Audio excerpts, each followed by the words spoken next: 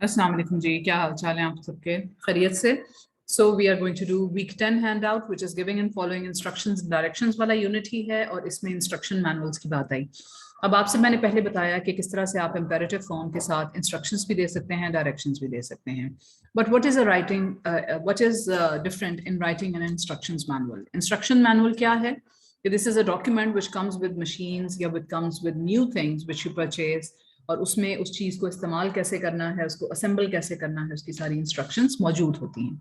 तो instruction manuals are written with very a big responsibility, because the finished document will be used by people who are depending on it to provide them instructions they can follow, and they will not be in front of you, they cannot ask you questions. So it has to be comprehensive, it has to be to the point, it has to be clear, it has to answer all possible questions that a user of the product will have. So isme there is a need for a combination of organizational and technical writing skills. Organizational skills, ये organisational वो writing skills नहीं है कि leadership वगैरह आ गई, ये organisational writing skill है कि राइटिंग करते हुए आपने ऑर्गेनाइज कैसे मटेरियल को करना है। और technical writing skill, technical writing ये कि आप लोगों ने किस तरह से टेक्निकल टर्म्स को यूज करके और जो इंस्ट्रक्शन देनी है उसकी अच्छी सही टर्मिनोलॉजी क्या है, वो सारी चीजें आपने करनी होती हैं। तो there is a need for both kind of skills. There are easy steps, 8 easy steps to write a manual. So first you have to identify the audience who is going to read it, who is going to use the information. So your audience का knowledge जो है that helps you decide what type of information you need, what kind of readers your audience are, and how much do they already know, how much you need to tell them. So this is how you determine how much detail you need to include. For example, a piece of computer equipment में technical terms आप डाल सकते हैं without definitions, अगर आपके users या आपका audience जो है वो प्रोफेशनल कंप्यूटर टेक्नीशियन है। अगर कोई हम जैसे लोग हैं तो फिर वो अगर कोई कंप्यूटर का इक्विपमेंट है उसको सेटअप करेंगे, पहले आप उसकी तस्वीरों के साथ बताएंगे कि इस पार्ट को ये बोलते हैं, इस पार्ट को ये बोलते हैं, इस पार्ट को ये बोलते हैं, और इसको ऐसे यूज करना है, इसको ऐसे यूज करना है, इसको ऐसे यूज करना है। ऐसी बात ही है ना। तो first you need to identify who is your audience और उनका नॉलेज क्या है, वो एक्सपेक्ट क्या कर रहे हैं, किस चीज के लिए उन्होंने इस मैनुअल को इस्तेमाल करना। Then you define the purpose of the manual. फिर आप कहेंगे कि ऑडियंस तो मुझे पता है, मगर वो इस मैनुअल को किस चीज के लिए पढ़ेंगे, उसमें से वो तलाश क्या करेंगे, क्या आपने सिखाना है। ठीक है, जैसे for instance if you write an instruction manual which focuses on explaining how to use an item, तो वो डिफरेंट होगा कि खाली आपने ये बताना है कि उस चीज को, नई प्रोडक्ट है या कोई भी चीज है, उसको यूज कैसे करना है। जबकि दूसरा मैनुअल एक ऐसे हो सकता है कि जिसमें आप बताएं कि ये चीज अगर टूट जाए तो उसको रिपेयर कैसे करना है, तो वो एक बिल्कुल डिफरेंट चीज हो जाएगी। सो knowing how to write, giving the correct information which is needed by the audience is very important. ठीक है, तो अब आप ब्यूटिशियंस के लिए अगर कोई मैनुअल लिखेंगे तो who will use a new hair dryer model in a salon, this is very different from creating a manual for the purpose of explaining how to service or repair the hair dryer. ठीक है, बालों को hair dryer की मदद से style करने का manual और होगा, और उस हेयर ड्रायर को रिपेयर या सर्विस करने का मैनुअल और होगा। तो just knowing who your audience is not enough, knowing why they are reading, what's the purpose is also important.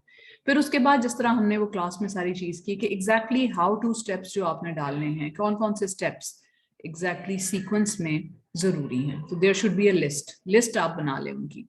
ठीक है, chances are you'll realize that some more steps are needed, क्योंकि आप सब कुछ लिख रहे हैं and maybe the way you are saying it, तो सुनने वाला exactly चूंकि आपको देख नहीं रहा या आपकी आवाज के उतार चढ़ाव को नहीं सुन रहा, तो he or she may not understand exactly what do you mean.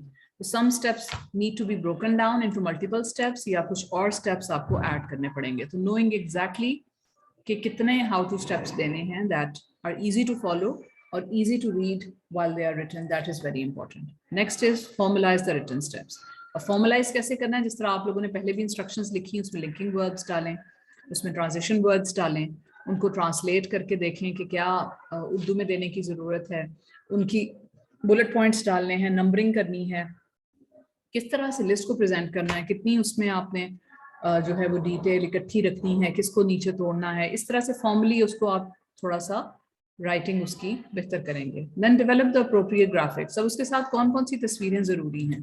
Chart जरूरी है कि जिसमें आप बताएं क्या चीज ज्यादा क्या चीज कम, या ग्राफ है जिसमें आप ट्रैक कर लें कि अच्छा यहाँ पे ये है, यहाँ पे ये है, पास में ये हुआ, अब हमारा ये हो रहा है, मे बी इस तरह की कोई इन्फॉर्मेशन काम दे। या इलस्ट्रेशंस, ड्राइंग्स के भाई ये वाली चीज को इस तरह से आप लगा के रोटेट करें, तो इंस्टेड ऑफ जस्ट टेलिंग कि अच्छा भाई ये चीज को पकड़ के आप वो उतने लफ्ज यूज करने की बजाय उसकी आप एक तस्वीर दे दें कि यहाँ से रोटेट करें, तो वो ज्यादा तो फिर आपने देखना है कि बहुत ज्यादा भी नहीं ग्राफिक्स डालने, बहुत कम भी नहीं डालने।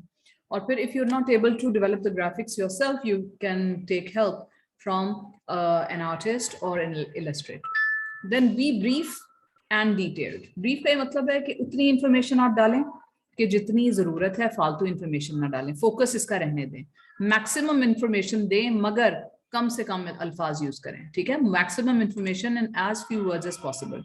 Being wordy just to add content, खाली ये नहीं कि लंबे लंबे आपने phrases यूज करनी हैं कि जी जुमला लंबा हो गया, बात उसमें छोटी सी थी, तो वो फिर confusion पैदा करेगा, ठीक है?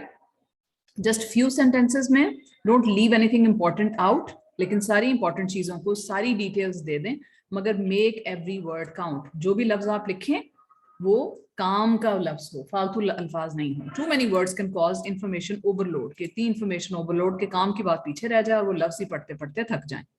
Step 7, verify accuracy. अब आप जब ने सारी इंफॉर्मेशन आपने मैनुअल में लिख ली तो make sure that it is accurate. कोई एरर नहीं होना चाहिए किसी स्टेप में। राइटिंग के दौरान कोई स्टेप आगे पीछे ना हो गया हो, या इंस्ट्रक्शंस जो है वो क्लियर ना हो, और उस पर्टिकुलर पीस की साथ अब ये हो जाए कई दफा कि जी आप किसी एक ही इंस्ट्रक्शन तैयार की पर अब मॉडल उसमें दूसरा डाल दिया, या दूसरे मॉडल और उसकी कंफ्यूजन हो गई, आपने स्पेसिफिक प्रोसीजर था उल्टा सीधा लिख दिया। तो ये एक्यूरेसी जो है, सही टर्मिनोलॉजी, सही ऑर्डर ऑफ स्टेप और अच्छी clear language, that is very important. And last is format for readability. Readability क्या होती है? आपका अप्रोप्रिएट फॉन्ट साइज हो, ना ही इतना छोटा हो कि आपके यूजर को समझ ना आए, ही इतना बड़ा हो कि वो सिर्फ एक जुमला पूरा करने के लिए सफे पलटता रहे। There should be a good font size. उन्होंने कहा है नो स्मॉलर देन 10 पॉइंट। आप लोगों की जो असाइनमेंट्स है उसके लिए 12 पॉइंट आपका एक फॉन्ट साइज होना चाहिए, और यूजुअली टाइम्स न्यू रोमन ही होता है। हेडिंग्स जहां आनी है उसका साइज अच्छा हो, सब हेडिंग्स जहां चाहिए वो आप बनाएं। रीडेबिलिटी के जिस सेक्शन की तरफ यूजर ने जाना है, तो इस तरह से डिवाइड आप करें कंटेंट को कि वो सारा कुछ बड़ी क्लियरली साथ साथ आ जाए। तो ऑर्डर भी उसका अच्छा हो, नंबर, बुलेट लिस्ट भी सही हो। ये ना हो कि बुलेट लिस्ट को आप किसी टेबल के अंदर इंसर्ट करके और फॉन्ट साइज छोटा करके आप मुश्किल बना दें। रीडेबिलिटी देखें कि किस तरह से लर्नर को रीडिंग में उसकी आसानी हो, और किस तरह से कौन सी इंफॉर्मेशन आपने हाईलाइट करनी है। This is a very important question. इसमें आपने देखना है कौन से वर्ड्स आपने सही यूज करने हैं, आपकी इंस्ट्रक्शंस बड़ी क्लियर हों, आप फेमिलियराइज हों, ठीक है? बाकी हैंड आउट आप खुद देखिएगा प्लीज। और लेकिन but the most important thing is the steps which warning देनी है, कहाँ से आपने उसका पूरा प्रोसीजर जो है करना है। You have to read this on your own, complete it on your own, and you can ask me, but these 8